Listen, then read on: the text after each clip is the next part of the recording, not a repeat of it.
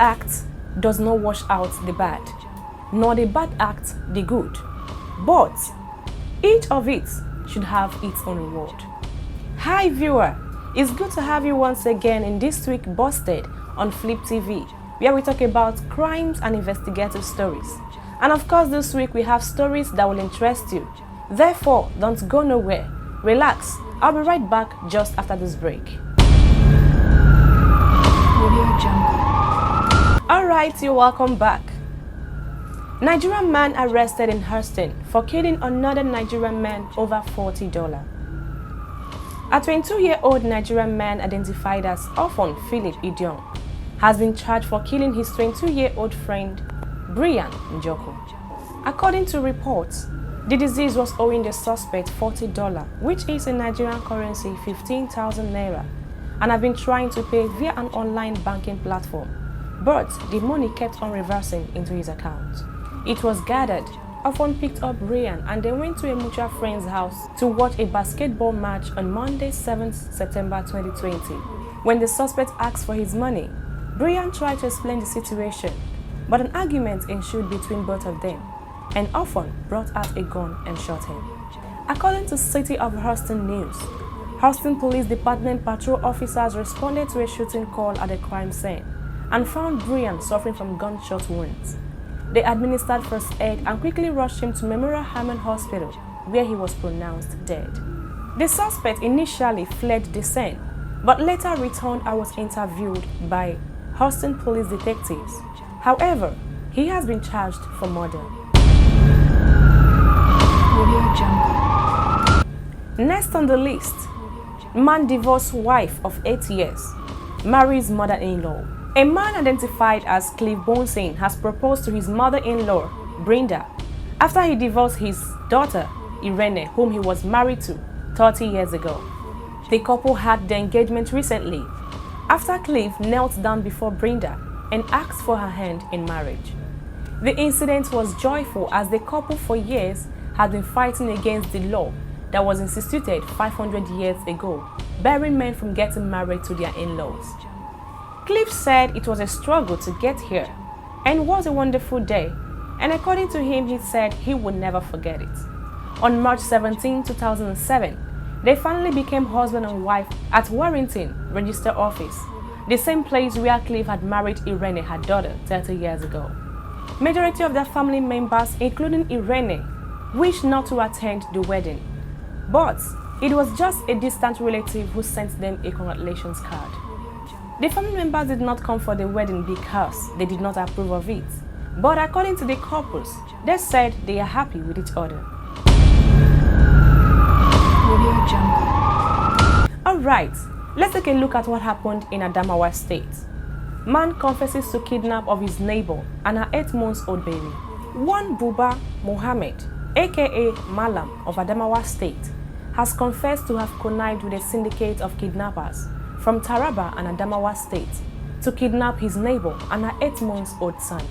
Mohammed, a trusted neighbor to one Aliyu Suleiman, made the confession to newsmen in Yola while he was being paraded by Adamawa Commissioner of Police, CP Olubenga Adeyonju, at the command headquarters on Wednesday, September 16, 2020.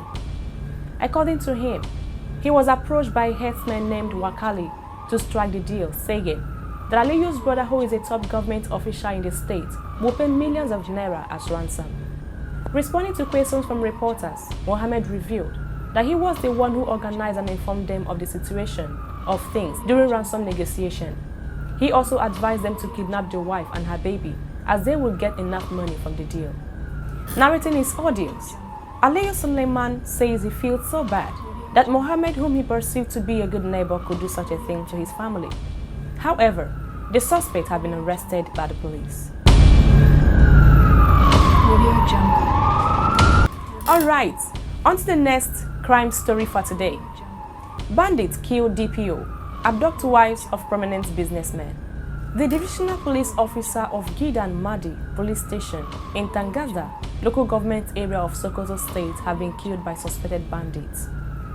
The gunmen also killed another police officer said to be the DPO's orderly before abducting 2 wives of prominent businessmen in the area. It was gathered that the incident took place on September 16, 2020 at about 1 a.m. while the policeman was in an attempt to rescue the abductees. It was gathered that the bandits first stormed the station, killed the DPO and one other inspector of police before abducting the wives of the prominent businessmen, and also made away with guns of the slain officers. Meanwhile, a member of the community, Abdul, said the DPO died while protecting the people from the bandits. Alright, on to the next crime story we have on our list today. Farmer allegedly murders an Okada rider and sells off his motorcycle for 120,000 naira in Gombe State. Our 37-year-old farmer, Euphrem Kadiri, have been arrested by the men of the Gombe State Police Command for allegedly killing an Okada rider and selling off his motorcycle. The State Commissioner of Police, Shehu Maikodi, who paraded the suspect before newsmen on September 17, 2020, said he was arrested in a hotel where he lodged after selling off the motorcycle. For the last crime story we have on our list today, notorious kidnapper and murder syndicates arrested by the police. In line with the directive of the Inspector General of Police, IGP Mohammed Adamu, to wipe up arms from criminal elements and gangs across the country, with focus on community policing strategy through intelligence-led investigation, some criminal gangs have been arrested, while sophisticated arms and ammunition was recovered from them across Zone 2 comprising Ogun State and Lagos States. This consists of 3 different deadly kidnapping syndicates of young men who have serial records of kidnapping and killings in the Southwest Zone. These youngsters recently kidnapped a 7-woman police inspector and an operative of Nigerian Security and Civil Defense Corps (NSCDC) in Ogun State and collected ransom before setting them free. Receiving information on this bounty, the AIG directed Zonal Monitoring Tactical Unit to ensure they tracked down the dreadful perpetrators, of which 6 of them, who operated in 3 different groups, were arrested. It was later discovered that these men of the underworld mounted a roadblock on Ayetoro-Abeokuta Road in Yewa, axis of Ogun State, during which the police inspector ran into them on 4th May 2020 about 5:25 p.m. around Ayetoro. While they were manhandling her, the driver of a car coming behind attempted to maneuver their onslaught but had to pay with his dear life. The dreadful syndicates were also behind the kidnapping of one NSCDC official in Ogun State and also one Omaru of Oyo State, whom they demanded for 3 million naira and 1 million naira ransom, respectively. However, they have been arrested after 5 AK-47 rifles were recovered from them. We've come to the end of our busted news for this week. To have once been a criminal is no disgrace, but to remain a criminal is the disgrace. So what do? You stay away from crime. Do follow us on our YouTube channel. Don't forget to drop your comments on the comment sections. I remain your host, ALL3G3DLY. Thanks for watching.